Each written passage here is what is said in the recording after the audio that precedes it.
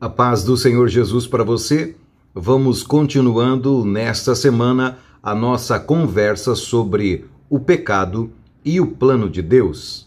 Em Romanos 3, versículo 23, nós aprendemos e lemos: pois todos pecaram e estão destituídos da glória de Deus. E na vida cotidiana, nós vamos perceber algo muito sério e muito sensato. Nós vamos ver que a guerra, o sofrimento, a opressão, a maldade tem entrado no mundo de forma muito grande. Você vê a impiedade em toda parte, em todo lugar que você olha, você vê maldade, você vê impiedade, você passa a descobrir e percebe que muitas pessoas à nossa volta vivem nessa desventura da vida. E naturalmente surge a pergunta: como o pecado entrou no mundo? Bom, a resposta ela é bíblica. Lá no livro de Gênesis, capítulo de número 2, nós vamos perceber Deus criando o homem, depois a mulher, e no capítulo 3 nós vamos ver a caminhada da mulher e do homem para o pecado. A Bíblia diz que a mulher é seduzida por uma serpente, pelo diabo, e ela se deixa levar pela sedução da voz da serpente, e então ela olha para o fruto da árvore do bem e do mal, que Deus disse ao homem que não deveriam comer, e então ela olha para a árvore. A Bíblia diz que o fruto da árvore era desejável para dar entendimento, ela queria que seus olhos fossem abertos, e assim então ela pega do fruto da árvore do bem e do mal, que Deus havia proibido que o homem comesse, e ela come do fruto da árvore do bem e do mal, e também o seu marido posteriormente. E assim o pecado entra no mundo,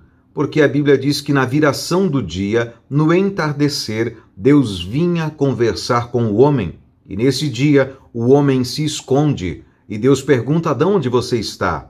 E Adão ele diz: Senhor, eu estou escondido. Por que, Adão? Porque eu estou com vergonha. O que você fez, Adão?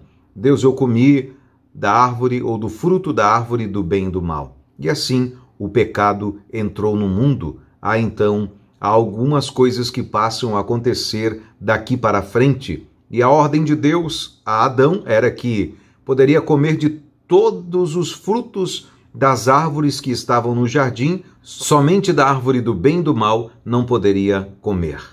E lá no jardim estava também a árvore da vida. Deus estava dizendo: ó Adão, não escolha comer do fruto da árvore do bem e do mal, coma da árvore da vida. E hoje, eu e você podemos viver com Jesus Cristo, que é a árvore da vida para mim e para você. Então, o início do pecado, ou a entrada do pecado no mundo, está registrada no livro de Gênesis, capítulo de número 3. E você vai perceber que muitos pensadores no mundo, e doutores, médicos, cientistas, têm trabalhado, buscado uma resposta para sanar esse problema, para que isso termine, o sofrimento, o drama do sofrimento, a maldade, essas coisas desapareçam. Porém, a Bíblia vai trazer para mim e para você a informação que isso pode acontecer, mas somente quando nós estamos em Jesus Cristo. E se todas as pessoas no mundo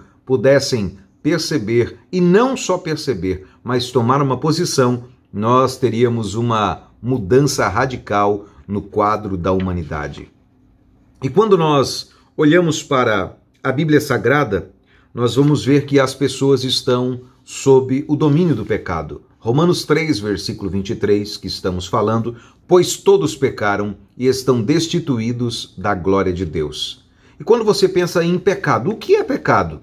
Pecado é errar o alvo. Isso mesmo, pecado é errar o alvo. O alvo é a vontade de Deus. E a Bíblia diz, no livro de Romanos, capítulo 12, versículo 1, Paulo fala assim: portanto, irmãos, rogo pelas misericórdias de Deus que se ofereçam em sacrifício vivo, santo e agradável a Deus. Este é o culto racional de vocês. Não se amoldem o padrão deste mundo, mas transformem-se pela renovação da sua mente para que sejam capazes de experimentar e comprovar a boa, agradável e perfeita vontade de Deus. Errar o alvo é viver longe da boa, perfeita e agradável vontade de Deus. E Paulo aqui vai nos indicar que para que nós possamos acertar o alvo, para que possamos ter uma vida diferente daquela que o mundo vive e nos oferece, nós precisamos apresentar os nossos corpos como sacrifício vivo, ou seja, negar a nossa carne, negar a vontade, que os desejos carnais do mundo sobre a nossa vida. E ele diz, em sacrifício vivo, santo e agradável. Alguém que Deus diz, eu tenho prazer de olhar para essa pessoa. E você pode dizer assim, pastor, eu não posso ser essa pessoa porque eu erro diariamente. Pois é, eu também. Porém, através de Cristo Jesus, nós somos santificados, nós somos lavados pelo sangue de Cristo, que nos purifica de todo o pecado. Então, está aí para você pensar sobre isso. E Paulo ele vai mais longe, porque Paulo vai dizer assim, não se amoldem ao padrão deste mundo, do presente século, da era em que vivemos. Ele está dizendo, não se amoldem, não entrem na forma do mundo, não andem igual ao mundo. Ele diz, mas pelo contrário, transformem-se pela renovação da vossa mente. A renovação da sua mente, ela vai acontecer em Cristo Jesus e através da sua palavra. E assim, Paulo vai continuar dizendo, para que experimenteis e comprovais qual seja a boa, perfeita e agradável vontade de Deus. Então isso está para mim e para você na palavra de Deus e assim a gente não erra o alvo. O pecado também é uma dívida. A Bíblia, no livro de Mateus, capítulo 6, versículo 12, quando Jesus ensina-nos a orar, e na oração do Pai Nosso, ele vai expressar no versículo de número 12, perdoa as nossas dívidas, assim como perdoamos aos nossos devedores. O homem está em dívida com Deus. O homem do pecado, ele está em débito, ele tem uma dívida com Deus. O pecado, ele também é considerado uma dívida. E todo pecado cometido, ele é aquisição de uma dívida. A Bíblia vai dizer em Colossenses que a escrita que era contra nós, Jesus cravou-a no Calvário. Isso mesmo, havia uma escrita de dívida contra eu e você. Nossos pecados todos estavam ali e Satanás, o inimigo, tinha direito sobre a minha e sobre a sua vida. Mas Cristo Jesus, ele cravou essa dívida na cruz do Calvário. E sabe o que aconteceu? Quando você toma a Santa Ceia, o pão simboliza o corpo de Cristo moído e furado por mim e por você. E o suco de uva, o vinho, simboliza o cálice da nova aliança. E o que é a nova aliança? A nossa aliança agora é um novo testamento. A nova aliança é algo dizendo que você não tem mais pecado. Antes você era pecador, longe de Deus, destituído da glória de Deus. Você não podia se chegar a Deus. As pessoas diziam que você era isso ou que você era aquilo, mas agora há uma nova aliança com você. E então, ali está escrito, justificado, redimido, transformado, transformada, novo homem, nova mulher, justiça de Deus, sacerdócio santo e tudo aquilo que você puder encontrar na Bíblia Sagrada sobre a sua vida.